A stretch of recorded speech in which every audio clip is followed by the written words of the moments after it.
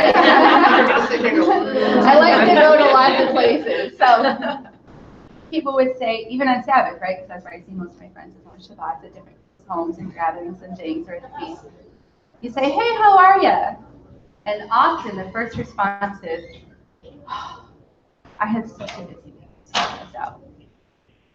And I realized I heard it over and over and over. Not from everybody. You know, if I ever seem like I'm talking about everybody, believe me, I'm not. There's no always and never. But a lot. I heard it a lot. And what that did was made me realize I'm also saying it a lot. I was saying it all the time. And I was also saying, I'm single. As if that was my whole everything. And of course it's not, right? I'm a daughter of the king. I have 3 kids. I have no ring on my finger. But I'm a daughter of the king first, right? I'm not, I'm a single mom. And I'm not too into being politically correct and stuff, but words do matter. And the words that come out of my own mouth, my brain hears, and it reinforces this idea that I'm stuck. I'm stuck here. Everything's always going to be lousy. I may as well act as lousy as I expect things to be for me. So, man, I don't want to be harsh with you guys. I'm truly just telling you things that I went through. If you're going through these things, be encouraged, because we don't have to be stuck. We do not have to be stuck. We have so much control over how we are, how things happen in our lives, and most importantly, of course, how we react to things that happen in our lives. Right. God is good, and He wants good things for us. And when we focus on these negative things, we're complainers, I think. Junk happens in our lives, sometimes the worst junk: cancer, divorce, losing babies, miscarriages, rotten, awful things. And those are hard times. And so sometimes we go through these pits, right, where we're genuinely, and I would say legitimately, depressed. And sometimes we go through hard times. Husbands lose jobs, don't know where the bills are going to be paid from, things like this. And so it's a season of difficult, stressful, anxiety-inducing times. And that is normal. And I think it's okay. But we can't stay there. That's where I'm struggling, is how do I not stay there? How do I treat this as a season? And if it becomes a chronic thing, how can I look at my part in that to get out of that? Because I don't think God wants us to stay there. I also believe that we give the enemy too much credit. Whenever something bad happens, we blame the enemy. We say, oh, Satan did that. That's an attack from Satan. And it could be that, but the Bible tells us it could also be a trial sent from God above. It's true. And we're giving Satan the credit, and we're saying, glory be to Satan for bringing this attack on me. It's his fault. And we don't say glory to Satan. We would never say that. But in a sense, we're giving him attention for something that he had nothing to do with. It's God growing us. Another reason is it could be God giving us consequence for our own sin, right? And that's something we don't like to talk about at all. That's especially publicly. You shouldn't be ashamed of telling someone else, I did something or I'm doing something, help me with this issue. But more than anything, God's going to deal with us, right? And sometimes He gives us crummy things in our life. We know this, right? We're the Torah keepers. We understand blessings when you obey, curses when you disobey. And yet when the consequences, those curses come, we say, oh, it's from Satan. Not always. Not always. Don't come up to me later and say, Amy, that's really not my situation. I know. But from time to time, I've done this. I was keeping myself down. I was keeping myself here. God wanted better, but He's like, you're not trusting me, or you're gossiping, or whatever it is. You're not going to have, especially peace. So, okay, I'm going way off, but so I kept hearing my friends saying, we're stressed, we're busy. And I realized when I say that too, because I was saying the exact same thing, my kids hear that. My kids are hearing me always say how busy I am. And I was like, wow, what if they feel like they're a burden to me? Because mostly it's for me in my life, where my season is my kids that keep me busy. I don't want them to feel like they're a burden. So I really started to get intentional about everything in my life. I'm trying to be more deliberate, and I fail all the time. So if you see me fail, don't say, Amy, you just taught about that and you fixed it. Yeah, I'm gonna mess it up over and over and over. One thing I also have been thinking about is we're the Sabbath keepers. So here we are on Sabbath in my fellowship with these women I love and adore, and they're godly women. Don't get me wrong; they are godly, wonderful women. Yeshua shines through them, and they're saying we're busy, we're stressed out, we have too much to do, we can't handle it. To the point where some of them made me feel like I shouldn't Facebook message them because they're too busy. And that might have been on me, but that's the feeling you get, right? But I also realized, I'm like, this is Sabbath. This was a Sabbath. Can you guys all hear me okay? Yes. Of all the people in the universe who should not be feeling stressed out, it's us, the Sabbath keepers. Because our message then contradicts itself. We're going out in the world and we're saying, do Sabbath. It's the solution to all your problems. It's this wonderful day of rest, and it keeps your life in this beautiful God-ordained order. And then you have time for all the, you just, like that's what we tell the world. But then I don't think we're supposed to work 6 days and be stressed out, and then all of a sudden we're Shalom on the 7th day. Because I believe the Sabbath represents the gospel of Yeshua more than anything else. He finished the work on the cross so that we can have a Sabbath rest. It was there from creation because Yeshua was there from creation. So when the work is finished, we rest, right? But the gospel isn't just a Sabbath day gospel. We're saved by grace every other day of the week. So why are we letting ourselves be stressed out, anxiety-filled people, women, the other 6 days? We're supposed to work for 6 days, but work shouldn't give us so much stress that that's the first thing that comes out of our mouths when someone says, how are you? And I know I do think it's good that we have close relationships with a husband or best friends who we can pour our hearts out to. But by and large, if you're saying to whole bunches of people how rotten your life is, something's got to change. Because God doesn't want that for us. So that's what we're going to look at. I did good on that. I talked about that. And we should definitely pray about our faith, about our life. God, help my life to change. But we have an active part in that. I love memes. If you follow me on Facebook, I'm the meme girl. And I love the meme. I didn't write it, but it said, build a life that you don't need a vacation from. Oh, build a life that you don't need a vacation from. I wish I'd written that. It's so good. And the feasts are special and Shabbat is special. Definitely, those are set apart, but not in the sense that on this day I'm going to feel peaceful, but on the other 6, I'm a mess. We can even make prep day a mess, can't we? We can be a hot mess on prep day, ruin it for everybody. Everybody's walking on eggshells around mom or the wife, right? And then we bring it in and we're like, oh, like it just doesn't happen. I have Shabbats where I'm dreading the sun going down because I know I have to work. What do you think that does to my whole Saturday afternoon? It ruins it. My heart is dreading, full of anxiety about punching in and checking my emails at sundown. And I've been learning ways to control that and to fix that. So what would you say? Do you think women are addicted to stress and always having something to do? And so how do you change that mindset? Okay. Yeah. So it's our culture, right? We're Americans. We're in Babylon, and our culture has a strong influence on us. And we have an enormous influence on each other. There's this martyrdom culture amongst women in America that you're not a good woman unless you're super busy and super stressed out. Is that what you're talking about? Yes. And Facebook is the worst. Well, no, I think face-to-face is the worst because we just pick up on it from each other a little bit here and there. But really, when you think about who you love to talk with, we love to talk with people who are shalomi. Yeah. They're not, and we love it when people have good, happy lives, right? And I don't want us to be fake. I don't want us to be walking around like everything's peaches and roses, but inside we're dying. We shouldn't be like that either. I want us to be happy, fulfilled, content, joy-filled Yeshua followers from the inside, and then it pours out of us. We don't have to be like the world.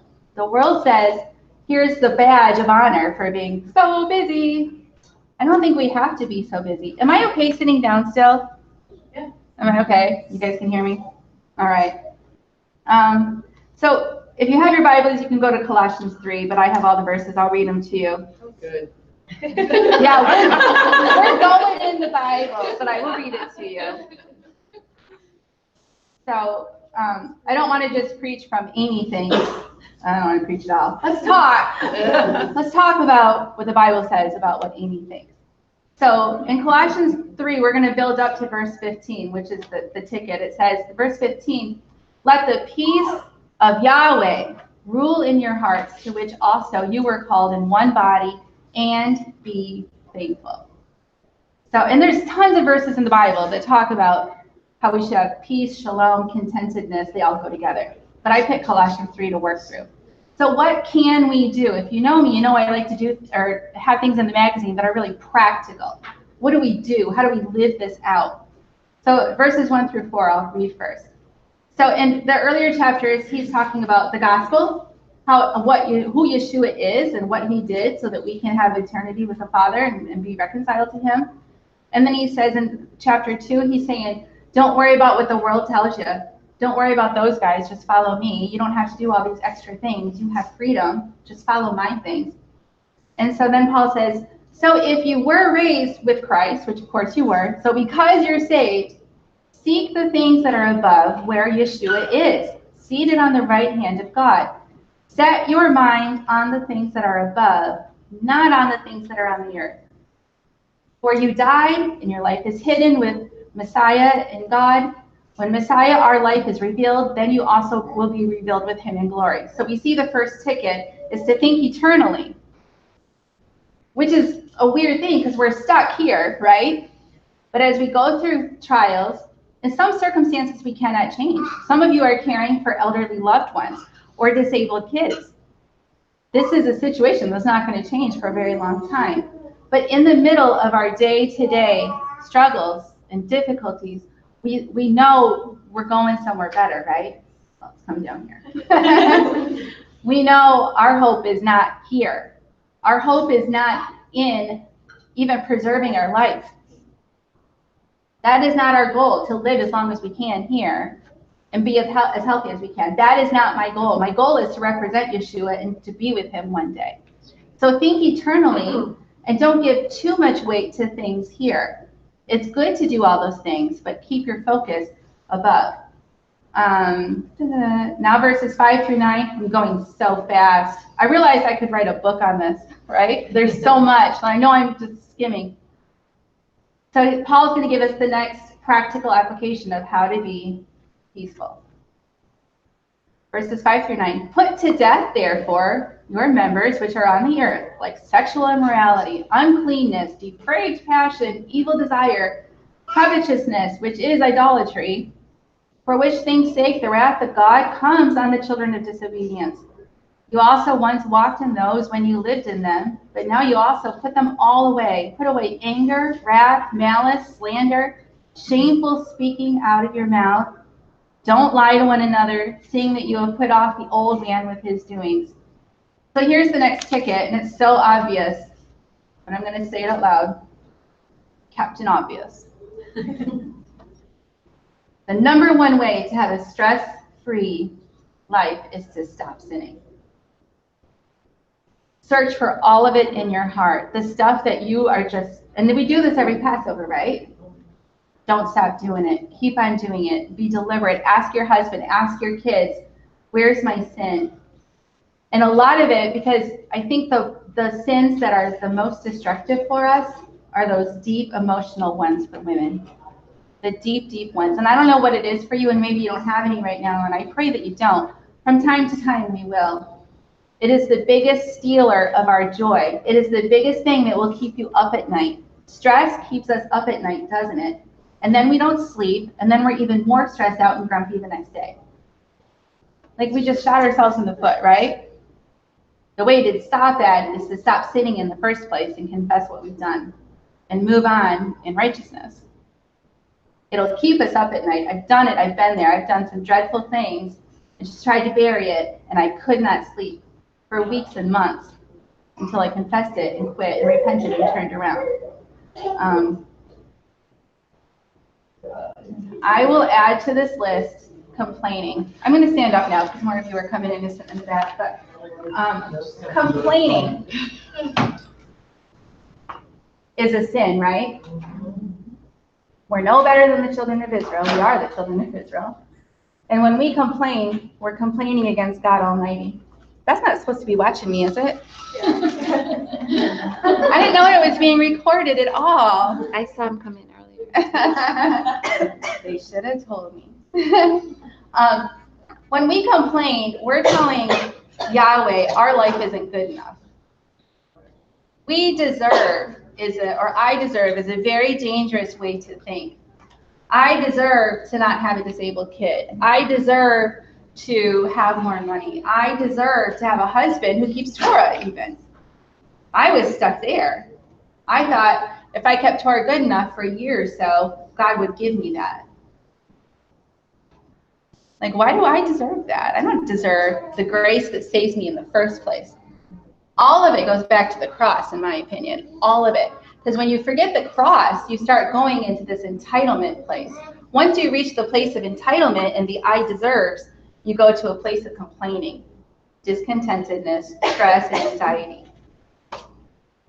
He loves us, but we're stuck in Babylon. We don't get all the earthly blessings of Torah yet. That's another misconception. Oh, I started keeping Torah, so all the blessings that we find in the first 5 books of the Bible, instantly I'm going to get them. And yet it doesn't happen because we're not in the land. We're not fully doing Torah yet. We can't fully do Torah yet. A lot of it we're practicing and we're observing. We don't get all the benefits yet. We don't get the rain in its due season. We don't get open wombs all the time. We just don't. And neither did our ancestors for the last couple thousand some years. So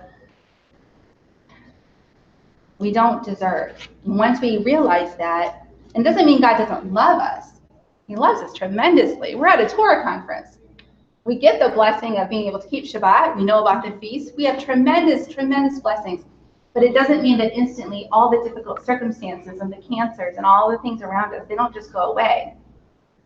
So we have to find a place where we can pour out our heart to people, but not with an attitude of complaining. Because it's a sin to complain. And I don't know your heart, so if you come to me and you're telling me your struggles, I'm not going to instantly be judging you and say, she's complaining. Don't worry about that. That's not really my nature to be like, oh, she's telling me about, some difficulty in her life. She's a rotten person. That's not what I'm saying. Because I only see you for a small snapshot of our lives here at this conference. But you guys know, I don't know each of you. If you think about how you are, is it every time you meet someone? Is it every conversation? Is it constant on your mind that you're telling everybody and telling God how rotten things are? Okay, verses 10 and 11, the next ticket. And Paul goes on and says, put on the new man who is being renewed in knowledge after the images of his creator, where there can't be Greek and Jew, circumcision and uncircumcision, barbarian, Scythian, bondservant, freeman, but Yeshua, Messiah, is all and in all. So here he's saying there's no difference. You're all disciples of the same wonderful Messiah. Stop fighting amongst yourselves. Later on he'll say there's no partiality. So the next thing to reduce our stress, especially in our communities, is to stop being judgy of each other. Because we're all the same. We're all on this journey. And I don't even like to call it a journey because it makes it sound like it's a straight line to righteousness. Right? I'm going to start here and I'm going right to the back of the room and that's my mark and that's where I'm going. And we're all like, yesterday I actually played like red light, green light with the kids. And they stood on a line and they took one step and whoever got to me first is the winner. They're all on the same journey. And it's a race though, right? That is not what this walk is. This walk is like, we're all over the place. And the mark is not that close. It'd be like if we all played red light, green light and lined up here and Yeshua is on the other side of the universe. Because he's the mark. But he's so far away. He's so perfect. And then when you look at your neighbor who's a little bit ahead of you, and you think I'm a little bit ahead of that guy, but then look where your shoe is. You're really not far ahead at all, right? We're so close to the same. So when we stop judging each other and judging each other's motives, and this is where it starts, right? We need to build each other up as women. You're a good mom. You're a good daughter. You're a good writer. Sorry. I'm in mom land. Everybody is not a mom with the kids home. It's okay. Whatever you are, build up your friends, the people God puts in your path.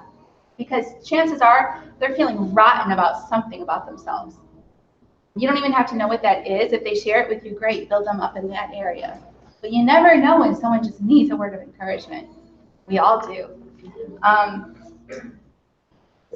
I have a saying that I think if we're keeping more of the commands, in a sense, we're better off than someone who's not keeping some of the commands or whatever, but we're not better than. We're better off, but we're not better than. And you want them to be better off too, but it's not a comparison as far as who's better, because that better off is only a gift from above. It's not really of our doing it all. Verse 10 says, put on the new man who is being renewed in knowledge after the image of his creator. So as we're learning and growing, it makes us new inside, just another reason to give each other grace. Lots and lots of grace. Because we only need to worry about ourselves. It's not our job to fix everybody. When you feel like that's your job, it's going to stress you out. I've done it before. I've laid awake at night thinking about someone else. And not in like a loving, lifting them up kind of way. Like, how can I tell them? How can I tell them in a nice way that that's not right? And I feel so okay doing that. Like, really, it's not even it's one thing to do it like this, but I'm not going to go up to you personally and say, you seem too stressed out. I would never do that, ever. I feel weird doing it in a big room, speaking to a lot of people. Like, this is rather passive. But to do it one-on-one, I would never, ever do that. It's not my job to fix you unless you ask for my help to fix you or something. But I'm not going to try to find faults in my sisters. I just wrote, stop trying to have someone else's talent. Stop trying to have someone else's gift. You are made perfect. And when you have a job to do, he will enable you to do it. Our gifts, we have, I think, some gifts that we keep our whole lives, and then he enables us with other special gifts from time to time. But you don't need someone else's gift. That was an important message to me. That I had important kingdom work to do, and it helped me get out of my rut of depression and stress out, because it was keeping me from doing what my gift was and what he wanted me to do. Of course, I'm still figuring that out, but I'm open to it. Verses 12 to 14, put on, therefore, as God's chosen ones, holy and beloved. So here's what we put on. It said we stop sinning, but here's what we're going to do. We're going to put on a heart of compassion, which we've somewhat talked about. We're going to put on kindness. I mean, we could do whole teachings on each of these. We're to put on lowliness and humility and perseverance, bearing with one another, forgiving one another. And if any man has a complaint against some other person, even as Messiah forgave you, so you also do and forgive them. Above all these things, walk in love, which is the bond of perfection. You know where Paul was when he wrote this? He was in jail, right? Let that sink in. We're building up to verse 15 that says how to have peace. This is a man who's in jail. That's some difficult circumstances, and of course, unjustly in jail. It's not a consequence that came of his own doing. It's totally unjust. But here's some lists of some righteous things to put on and to do. And I don't have time to go into them, of course. I'm doing okay, but we won't. So you guys know all these. We know all these. A lot of what I'm saying is nothing new. But I needed a kick in the butt. I needed to sit down and really look at things. And so if I help you do that, then awesome. That's all I want to do. And maybe you don't need it now. Maybe you'll need it later. And you'll say, yep, I need to change me. When you're having a pity party and you're stuck, The only thing you can change is you. You can't change the circumstances around you. You can't change the jerk who's slandering you. You can't change the cancer in your family. You can't change your heartache, the heartache type things that happen to you. You can change you, though. You can change how you feel and how you react to these things. So one thing I learned, if I'm constantly in this mindset of I'm too busy, I am not available for other people at all. And I was stuck there. As soon as I became a single mom, I was instantly like, whoa. I am just going to try to keep my head above water. So long, people. And I did. I went into a cave, and I told everybody how hard, blah, blah, blah, blah. I'm not even going to say the words out loud, because I don't even like to say it out loud. Blah, blah, blah. And I really believed I only had time for my kids, and that was it. And to some extent, that is the season I'm in. But I don't need to tell everybody how terrible and rotten things are. It definitely tells people, you don't have time for me. And at least on Shabbat, I don't have a lot of time through the week to be with people. I just don't. I can say that out loud. But on Shabbat, I want my heart to be fully open and free and available. I don't want to be stressing about my work email that I have to check at sundown. And I don't want to be in this mindset of, I'm swamped. I want to be in this mindset, especially on Shabbat, because that's when I get to be with my sisters in Yeshua, to be, I can listen. And sometimes, well, usually that's all people want, right? They just want somebody to listen to them. They don't even want me to do anything for them. I'm a rotten cook. I'm no good at taking meals to people. And I don't have money to give to people. People often need meals, money, stuff like that, right? That's difficult for me right now. But I'm a really good listener. I do talk too much. I'm trying to bring that in too, because I like to fix problems. But that's not always the right thing, right? They just want you to listen. So I'm trying to be more deliberate when I walk into Shabbat. I'm open and I'm available for everybody else. I'm not having an Amy, woe is me party. I'm there. And the feasts are the best time for that. If you can get away for feasts and be with people for a whole week, that's the sweetest fellowship, because then people get to know you and they'll really pour out their heartache. That's a great time to pour out to each other. I'm not saying we have to keep it bottled in, but that's a great time to build each other up. And because you're away, it's a cool thing that we go away. You leave your life, you get renewed spirit and mind, and you're ready to go back into the fire, right? So when we say I'm busy, busy, consider how that comes across to others. Consider how that looks to them. It looks, especially toward the people, we treat the people closest to us the most awful, don't we? Oh, always. Forgiveness. Forgiving each other because Messiah forgave us. For me to have shalom in my heart, I had to do some forgiving. Because I felt like God and someone else owed me something. I felt like I was violated. I felt like a victim. And I felt like there better be some repentance and crying going on. And it wasn't until some people kicked me in the butt with some strong words, loving but strong, and said, that's not right. God owes you nothing. The forgiveness, or the lack of forgiveness that I was carrying was weighing me down. And I know we've heard this 100 times, but I am telling you, because I went through something big. When I started to let that go, and it's a constant process, it wasn't really a one-time thing. Maybe some of you are better than me. It wasn't a one-time thing for me. When I let that go, I could move forward. And it sounds stupid, but I'm telling you, when I let that go, I became a better mom. And I have a long ways to go. I said better, not good. I became a better mom, a better employee. I started doing more with Torah Sisters. That's when I started the magazine. I was stuck. I felt worthless, and yet I felt entitled. It's a weird thing. And some of that, I think, is a consequence of my lack of forgiveness, right? Because I wasn't forgiving someone. Why do I deserve peace and shalom?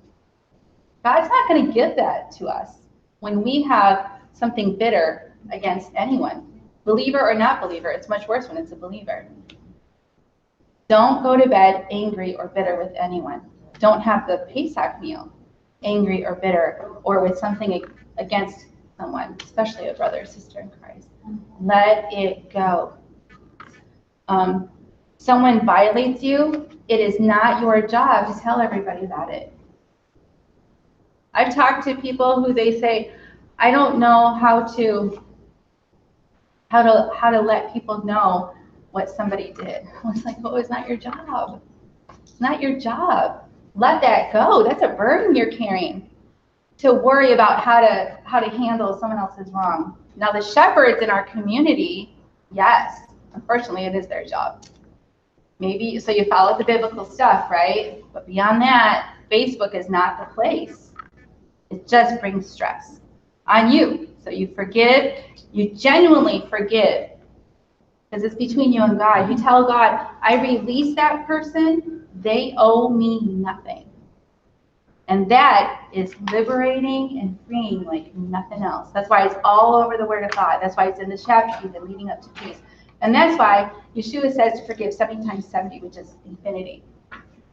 Nothing that's going to hold you back more than the lack of forgiveness. How am I doing? All right. So I say peace a lot. It goes along with being content down deep in our soul. You could also call it having joy down deep in your soul. I know they're slightly different, and our lovely Hebrew experts could help us understand those better, but they're so closely related. And of course, we all know happiness is not the same thing as joy, is it? We can have inner joy and peace through death and grieving and loss, right? And we should. That's a way that we should be separate from the world. We're not just set apart from the world in that these outward things we do. I know some ladies in the mainstream Christian church who are so set apart in the way that they react to things, in the way they love people, in the way they love and parent their children. Their outward stuff, I would say, is not that set apart because they eat ham and go to church on Sunday or whatever. But we need both, right?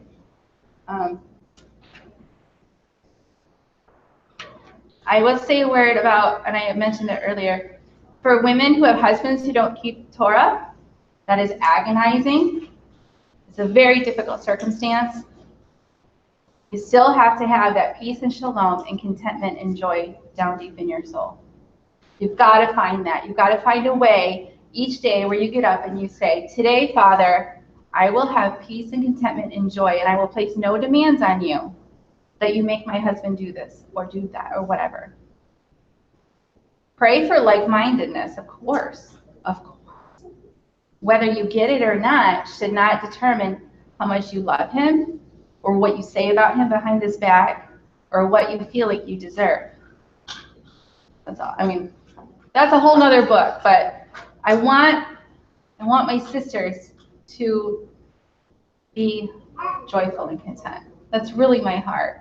And when I see sisters stuck, and I know all they can control is themselves, that's why I say these things, because that's all we can do. I can't change the husband. I wish I could.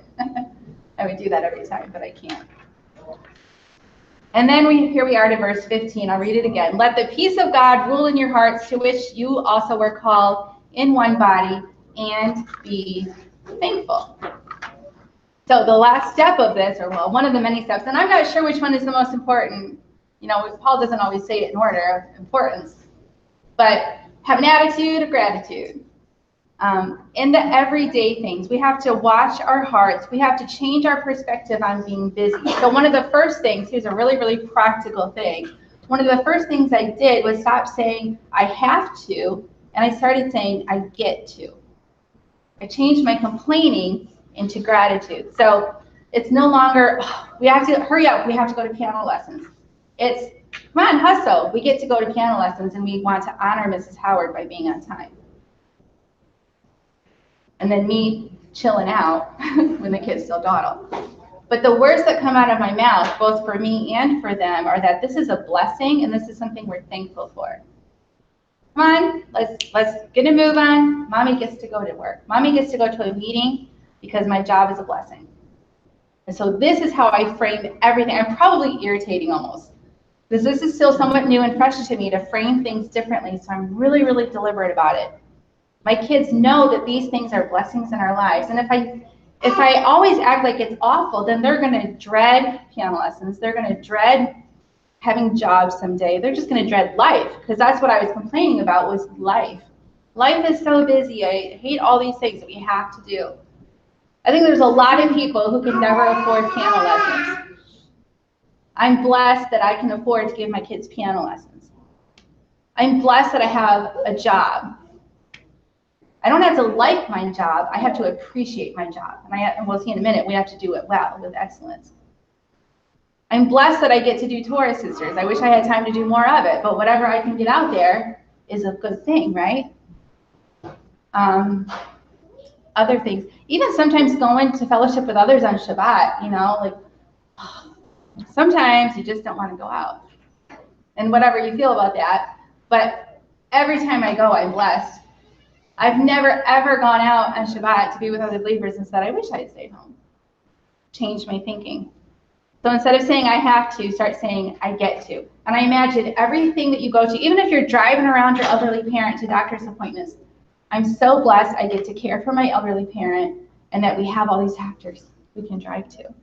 Some people can't drive, they don't have gas money, they don't have insurance, they don't have parents to care for. I could go on and on. I think I could turn just about anything around now. It's almost like a game I play. From this stinks to, how am I going to twist it? How can I spin that?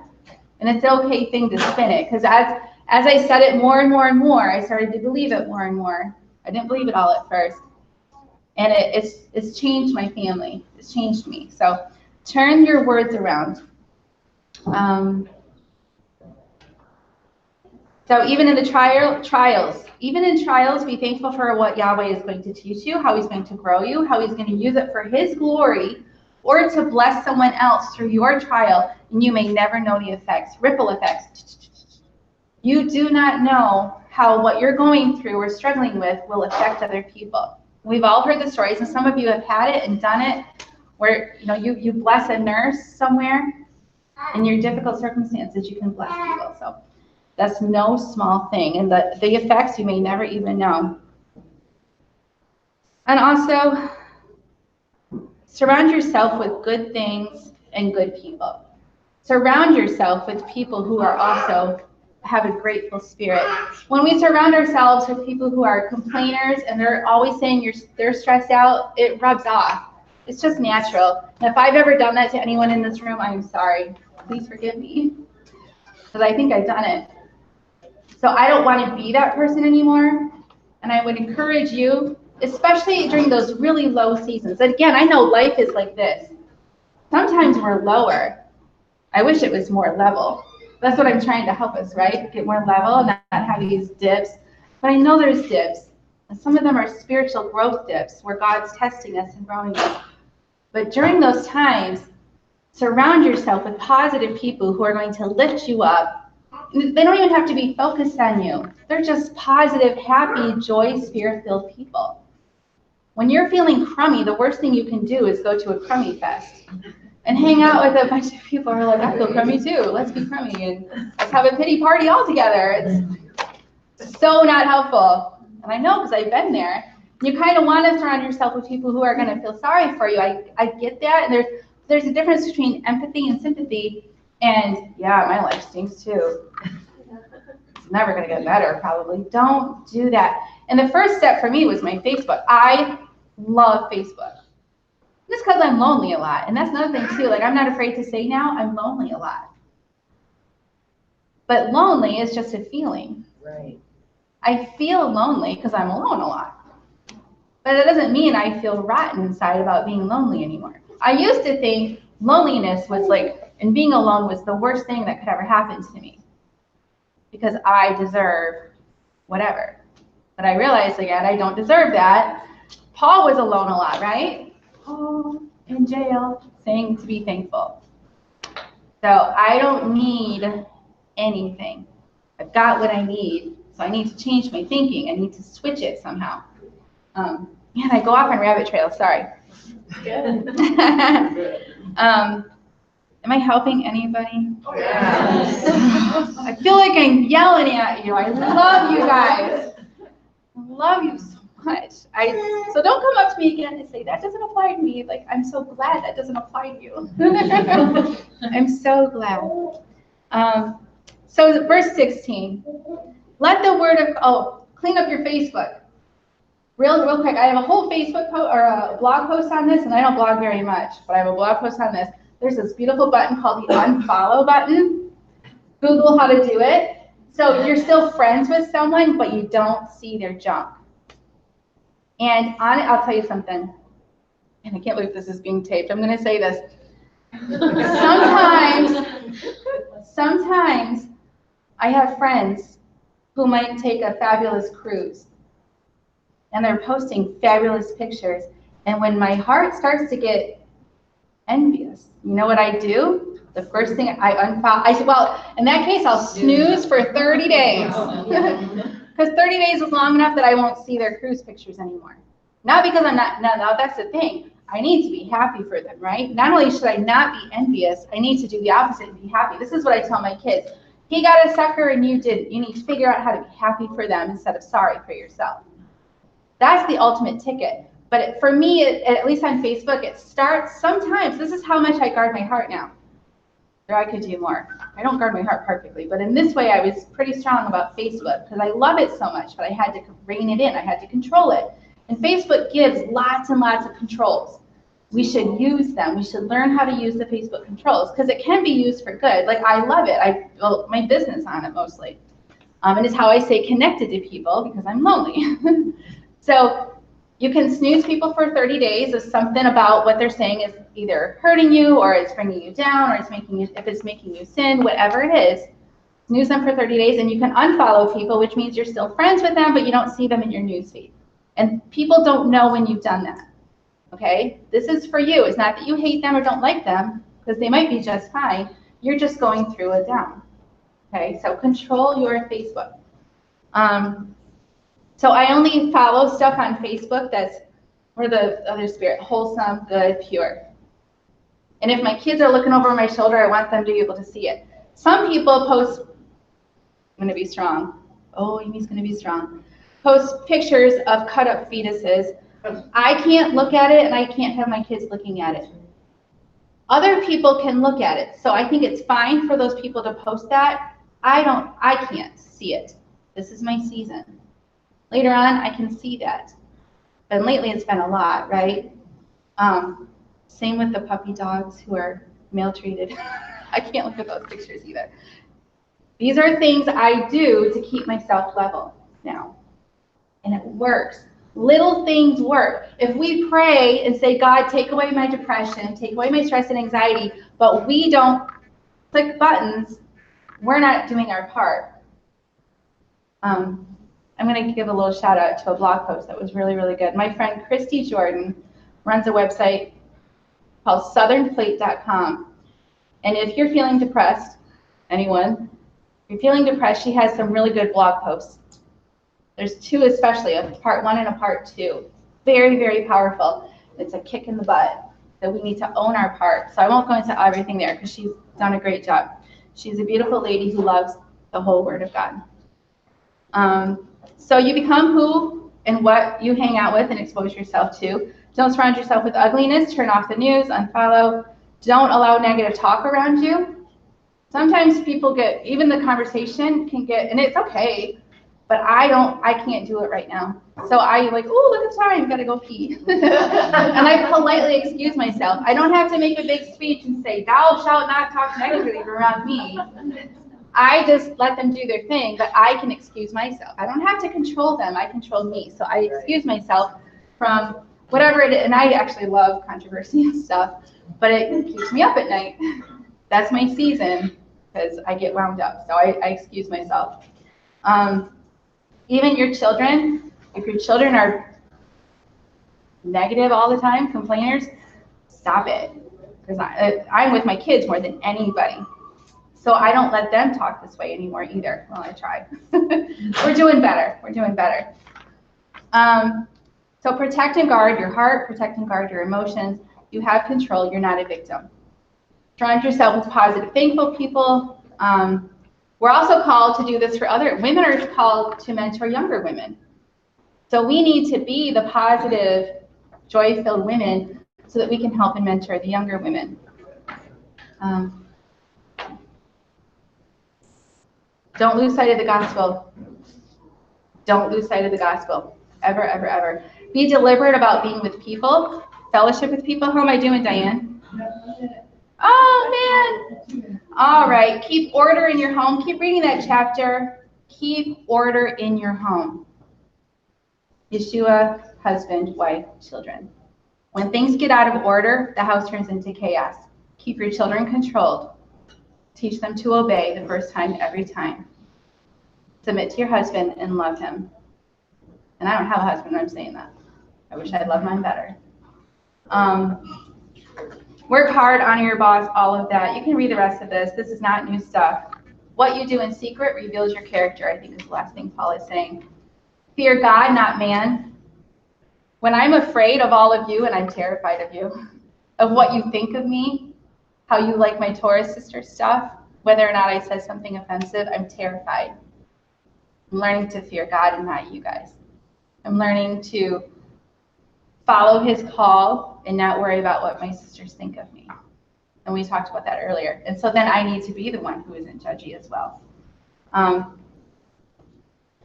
I have a handout for you. And on this, I like checklists. And I like to make things pretty. Will you hand these out for me? So here's a handout. It has a list of ideas, practical ways to get more shalom in your life. I like practical things.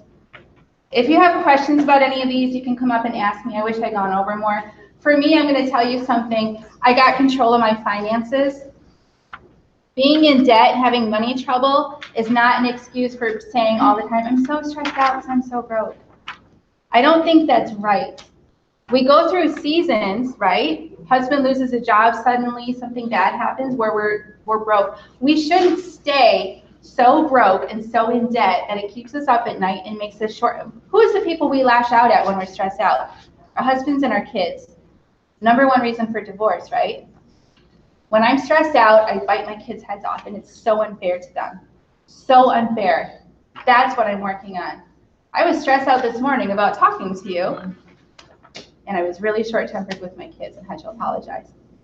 But a while back, I got control of my finances.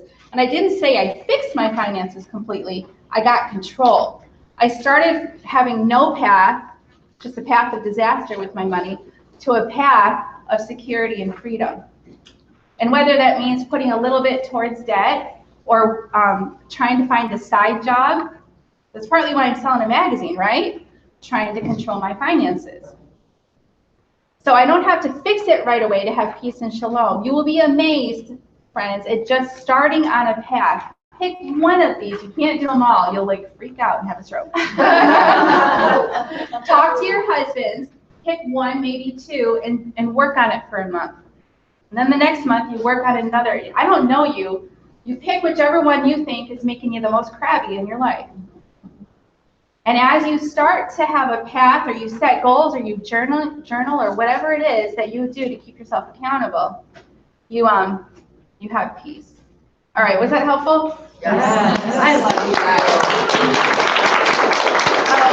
My friend Heidi, I'm going to give one plug to my friend Heidi of TorahFamilyLiving.com. She sells a beautiful planner, so I can't talk about being stressed without the planner. Yeah, Jan loves it. So it's for Sabbath keepers. It has places for the feast and all feast and Sabbath stuff. And it's just, if you want to live deliberately, because I think planning, you know why I was stressed out this morning? Because I didn't plan everything, and that's when I bite my kids' heads off too, when I don't plan. So, it's a beautiful thing. All right, thank you for being smiling.